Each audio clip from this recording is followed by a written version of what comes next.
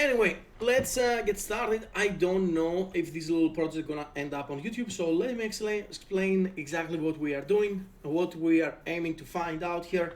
We got 30 tier 16 maps.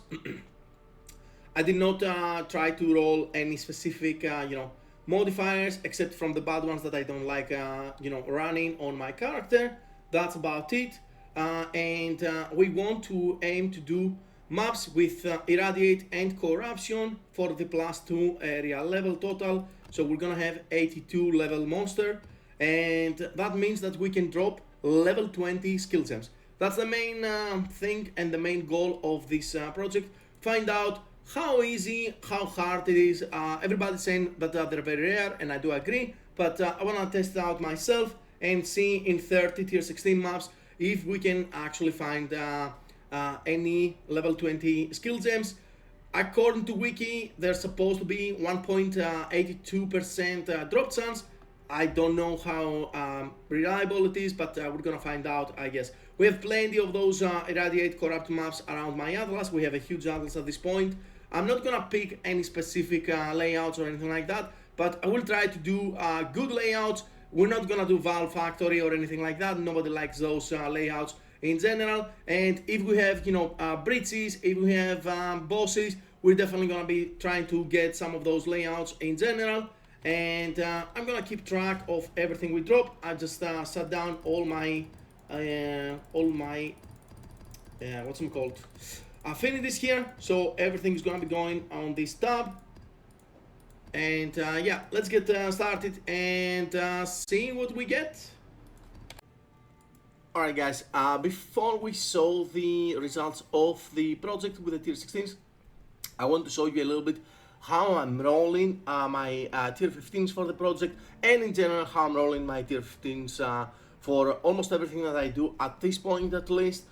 So I have a tab here that I'm dropping all my red maps. Then I'm doing a big reforge project. Let's say that I'm grabbing, tier 11s, tier 12s. If you want to search your maps very easily, this is how you do it. If you're not familiar with it, it is actually on the tips here if you want to check it out. And yeah, if you grab all of your maps, I'm grabbing all of my maps, I'm reforging them into higher tiers until I hit my tier 15s, of course. And then what I'm doing is I have a big batch of maps here, and I'm grabbing my alchemies first of all, right? And as you can see, the white maps will be highlighted, so you go ahead and you alch your maps. Some of the maps will be magic, so I'm grabbing my Og, and I'm actually ogging any magic maps that have only one modifier, and then I'm regaling all the magic maps that have two modifiers right now. And then we just val all of them very easily, and you will get a few tier 16s. I'm just grabbing the tier 16s outside. Now a few things about how the corruption works on the maps. When they become tier 16s, they can actually have only prefixes or only suffixes. Sometimes it is actually fairly common. Otherwise, they might, remove some prefixes, remove some suffixes, change a lot of things in general. They can, I believe, they can mess around with like 3 modifiers to the map. So I don't care about the previous modifiers on the map. And I just instantly val them, all of them. Any bad tier 16s that I find with the modifiers that I'm not running, I'm just trying to sell in the market. The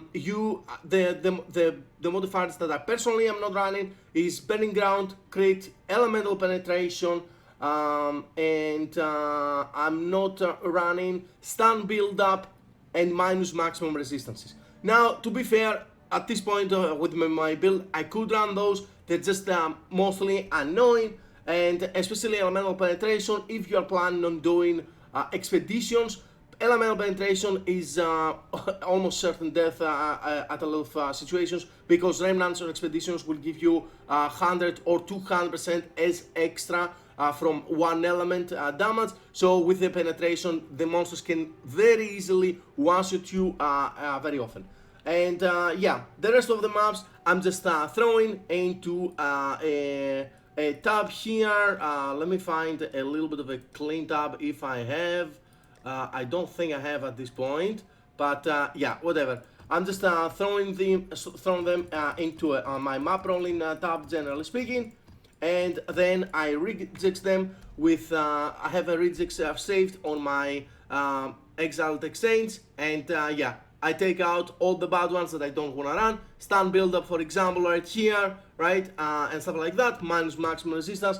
Those I also just throw back into the market and I'm selling them. Keep in mind, some tier 15s, if they have like a high rarity like this one, they sell a little bit higher than other tier 15s. So keep that in mind, like those might sell for like 2x, those can sell for like 5, 4, 5x.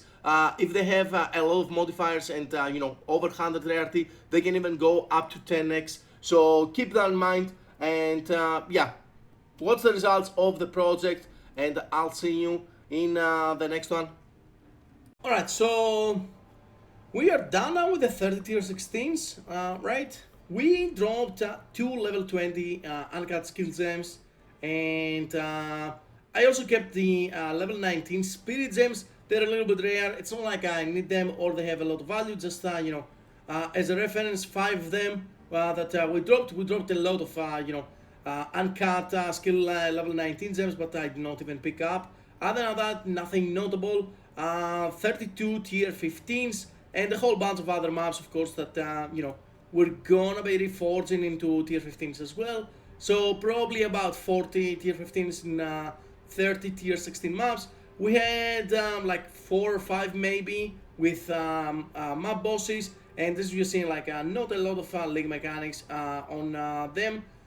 I'm not sure if 2 level 20 skill gems is lucky or not at 30 tier 16 maps with a level area of 82, but that's what we got.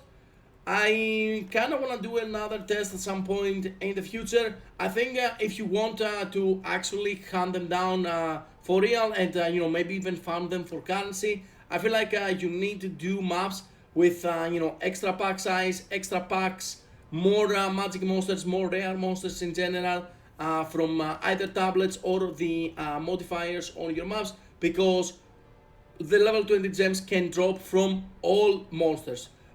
In my case here, I actually dropped both of the level 20 gems from a rare monster, so just to have that in mind. Other than that, I don't think there is realistically a lot of things you can do. The problem with those maps, right, is that because you need both irradiated and corrupted, that means adding more league mechanics is a little bit more difficult. It can happen in some situations, but the corrupted patches, as you can see, they're only in like, this is actually a huge corrupted biome. That's not usually what's happening. As you see here, like, you can get like 1 or 2 corrupted maps here and there. So it's very tough to find good corrupted biomes with a couple of extra watchtowers as well, and so that you can boost them with tablets. So it's not really amazing, in my opinion. This is something that you can just do, you know, while you're traveling around your atlas. Oh, you see a map with corrupted and irradiated with from a tower before, and you're traveling to the next tower. You just throw a tier 16 here if you have it, and try to get some level 20 gems like that. Like, I don't think you want to aim that. Like, the drop rate seems to be very, very random, unfortunately. I feel like we need some change into that system. I don't believe getting level 20 gems and you know, 5 sockets on them with the perfect jewel arrows should be this hard, should be this punishing, but it is what it is. This system right now. We'll see if we figure out some kind of science that works for it in the future.